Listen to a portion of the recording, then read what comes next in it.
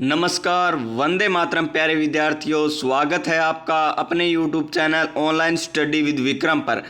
अगर आप कर रहे हैं बीएसटीसी एग्ज़ाम 2023 की तैयारी तो इस वीडियो को लास्ट तक ज़रूर देखना, क्योंकि इस वीडियो के माध्यम से आपको राजस्थान जीके के वे क्वेश्चन मिलते हैं जो बीएसटीसी एग्ज़ाम के लिए मोस्ट इम्पोर्टेंट है और बार बार बीएसटीसी एग्ज़ाम में पूछे जा रहे हैं। बीएसटीसी का एग्ज़ाम 28 अगस्त 2023 को होना है।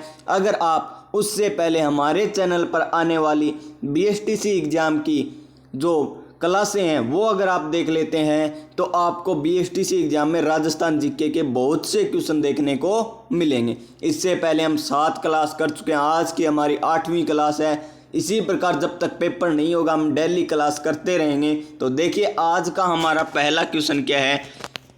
तो देखिए क्वेश्चन नंबर 1 क्या है। साबी नदी के तट पर प्राचीन राजस्थान की सभ्यता का कौन सा स्थल बसा हुआ था। यानी साबी नदी के तट पर प्राचीन राजस्थान की सभ्यता का कौन सा स्थल बसा हुआ था। तो कौन सा स्थल था साबी नदी पर। गिलूंड तो राजसमंद में रह गया, लेकिन साबी नदी है कहाँ पर, जयपुर में। कहाँ पर है प्यारे विद्यार्थियों, साबी नदी है जयपुर में। कहाँ पर है, जयपुर में। नंबर 2 ए क्या ऑप्शन, नगरी चित्तौड़गढ़। तो ये भी नहीं होगा क्योंकि ये चित्तौड़गढ़ में आ गया। गिलूंड राजसमंद में आ गया, ये भी नहीं होगा। ये देखिए जोधपुरा सभ्यता, ये कहाँ पर है जोधपुरा सभ्यता है जयपुर जिले में। कौन से जिले में, जयपुर जिले में जोधपुरा सभ्यता है। तो इसका सही आंसर होगा ऑप्शन नंबर 2। जोधपुरा सभ्यता कौन सी नदी के किनारे स्थित है, साबी नदी के किनारे स्थित है। इस नाम से कंफ्यूज नहीं होना कि जोधपुरा है तो जोधपुर में होगा, नहीं प्यारे साथियों। जोधपुरा सभ्यता तो कहाँ पर है, जयपुर में है। कहाँ पर है, जयपुर में है। ये क्वेश्चन भी आपसे पूछा जा सकता है। और कौन सी नदी के किनारे है, साबी नदी के किनारे स्थित है। फिर देखिए हमारा नेक्स्ट क्वेश्चन नंबर 2 क्या है। किस इतिहासकार ने चौहानों का ब्राह्मण वंश से उत्पन्न होना बताया। यानी चौहानों को अलग अलग विद्वानों ने अलग अलग तर्क दिए। किसी ने कहा ये विदेशों की संतान है, किसी ने कहा ये ब्राह्मण वंशीय है, किसी ने कुछ कहा है। हमें क्या पूछा है, हमें पूछा है चौहानों का ब्राह्मण वंश से उत्पन्न होना माना है। किसने माना है ब्राह्मण वंश से उत्पन्न होना, तो वो है डॉक्टर भंडारकर। कौन है, डॉक्टर भंडारकर है। ऑप्शन नंबर ए इस क्वेश्चन का राइट आंसर हो जाएगा। देखिए हमारा नेक्स्ट क्वेश्चन नंबर 3। कवि वर्ष की उपाधि किस राजा को दी गई थी।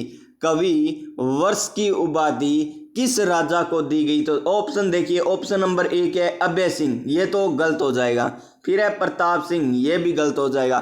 फिर क्या, मूंज। तो ऑप्शन नंबर बी इसका सही आंसर होगा। मूंज को किसकी उपाधि दी गई थी, कवि वर्ष की उपाधि दी गई। किसकी उपाधि, कवि वर्ष की उपाधि मूंज राजा को दी गई थी।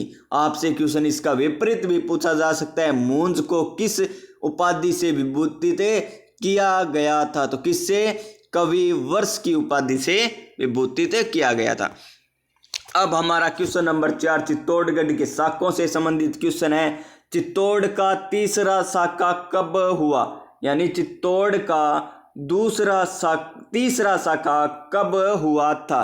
तो कब हुआ था तीसरा शाखा, देखिए यहाँ पर दे रखा है 1968, 1979, 1969, 1967, 1970। इसमें से किसी में भी नहीं हुआ था। चित्तौड़गढ़ में 3 शाखे हुए थे। प्रथम शाखा कब हुआ था, प्रथम शाखा हुआ था 1303 में। 1303 में किसने किया था यहाँ पर जोहर, रानी पद्मिनी ने जोहर किया था। और केसरिया किसने किया था, किसने किया था, आप कमेंट बॉक्स में जरूर बताइए। और किसने युद्ध लड़ा था, अलाउद्दीन खिलजी ने लड़ा था। अलाउद्दीन खिलजी ने चित्तौड़गढ़ के किले पर 1303 पर आक्रमण किया, जिसमें केसरिया करते हुए किसने, ये आपको कमेंट में बताना है। रानी पद्मिनी ने क्या किया था, जल जोहर किया था। जल जोहर नहीं किया था प्यारे साथियों, जल जोहर तो अलग है। रानी पद्मिनी ने क्या किया था, जोहर किया था। देखिए हमारा नेक्स्ट क्वेश्चन, इसमें कोई भी ऑप्शन सही नहीं है क्योंकि 1967-68 में हुआ था। इसमें दोनों ऑप्शन दे रखे हैं। क्वेश्चन नंबर 5 क्या है, चल फिर शाह की दरगाह राजस्थान में कहाँ पर स्थित है? चल फिर शाह की दरगाह राजस्थान में कौन से जिले में है? तो वो है चित्तौड़गढ़। कौन से जिले में? चित्तौड़गढ़। क्वेश्चन नंबर 5 का राइट आंसर हो जाएगा ऑप्शन नंबर ए। क्या होगा? ऑप्शन नंबर ए सही आंसर हो जाएगा। फिर क्या है?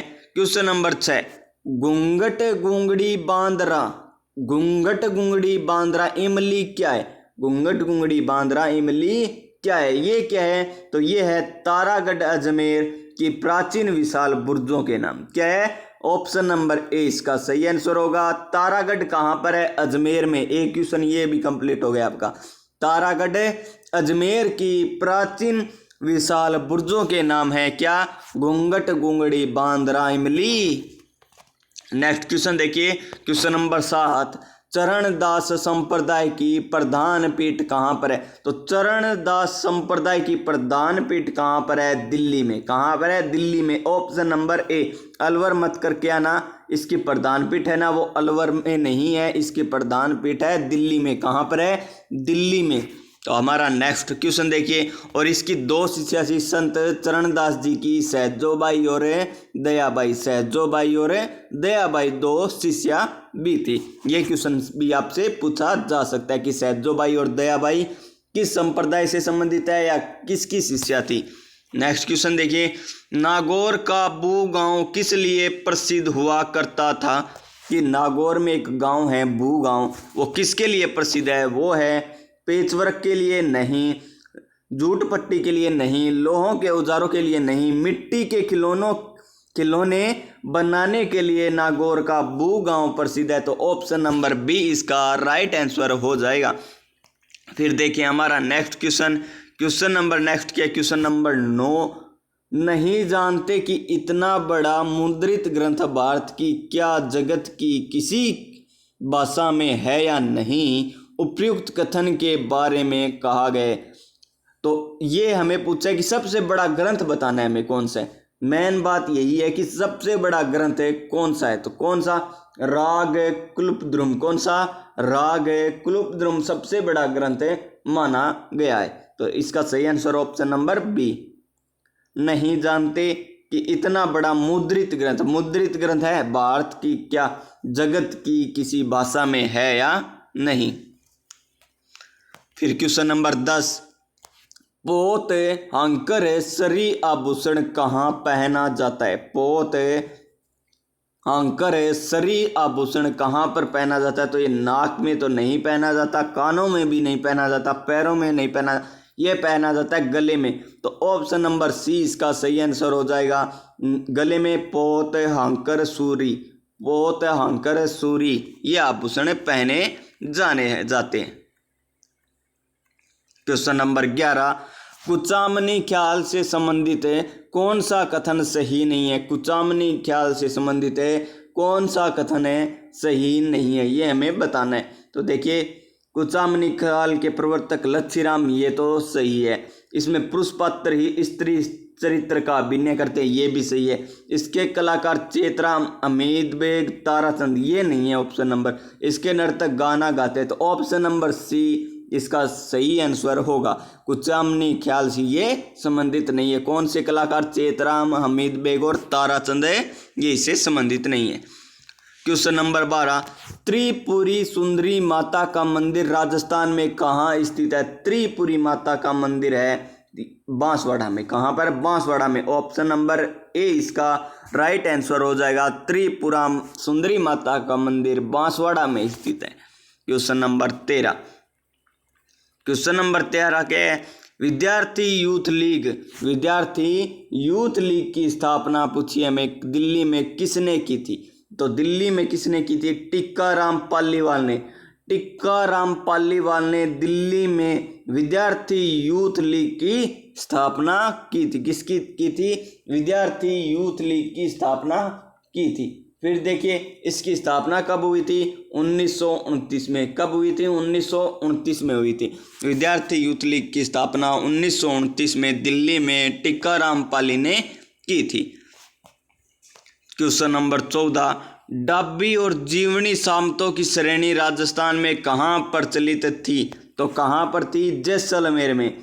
डाबी और जीवनी सामंतों की श्रेणी राजस्थान में कहाँ पर प्रचलित थी? तो जैसलमेर में। ऑप्शन नंबर ए इसका राइट आंसर हो जाएगा। फिर देखिए हमारा नेक्स्ट क्वेश्चन, ये एक तरफ प्रजामंडल दे रखे हैं और हमें मिलान बताना है, सुमिलित नहीं है, कौन सा बताना है। जैसलमेर में तो मीठा लाल व्यास, ये तो सही है क्योंकि जैसलमेर में तो चंदन नलकूप है और उससे मीठा पानी निकलता है, तो मीठा लाल है व्यास। कोटा के तो नया नूराम शर्मा, यानी कोट तो हमें नया ही पहनते हैं। फिर क्या? जयपुर, जयपुर पुर से पुर की अवानी, यानी कपूर चंदे पाटनी, ये भी सही है। तो बूंदी में तो कांतिलाल, तो यहाँ पर गोपीलाल दे रखा है, तो ये गलत हो जाएगा। तो ऑप्शन नंबर डी इसका सही आंसर हो जाएगा। क्वेश्चन नंबर 16 देखिए हमारा। क्वेश्चन नंबर 16 क्या है? एकीकरण से संबंधित है। राजस्थान एकीकरण में भरतपुर धौलपुर रियासतों पर जनता की राय जानने के लिए कमेटी का गठन किया गया था। उस कमेटी का क्या नाम था?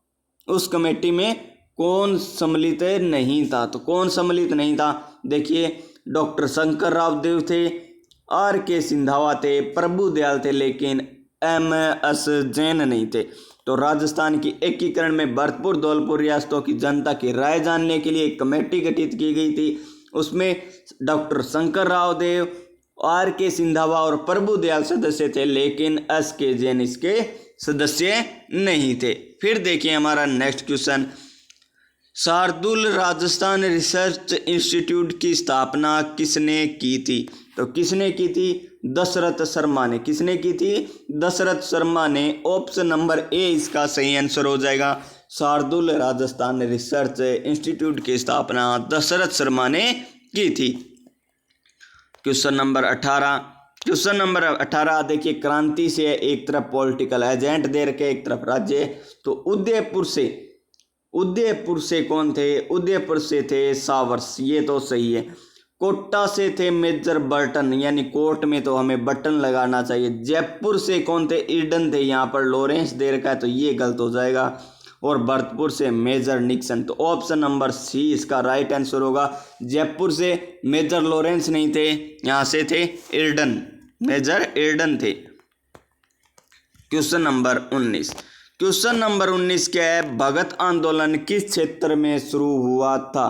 तो भगत आंदोलन डूंगरपुर बांसवाड़ा, कौन सा क्षेत्र था? डूंगरपुर बांसवाड़ा क्षेत्र था। तो option number B, question number 19 का ऑप्शन नंबर बी। फिर देखिए हमारा नेक्स्ट क्वेश्चन। नेक्स्ट क्वेश्चन है हमारा, झालरापाटन में नवलखा दुर्ग की नींव किसने रखी थी? तो झालरापाटन में नवलखा दुर्ग की नींव किसने रखी थी? वो रखी थी पृथ्वी सिंह ने। किसने? पृथ्वी सिंह ने। Option number B. आपको ये क्वेश्चन किस प्रकार लगे? अगर आपको ये क्वेश्चन अच्छे लगे तो वीडियो को शेयर कर दीजिए, लाइक कर दीजिए तथा चैनल को सब्सक्राइब कर लीजिए। मिलते हैं हम नेक्स्ट वीडियो में, तब तक के लिए जय हिंद, जय भारत।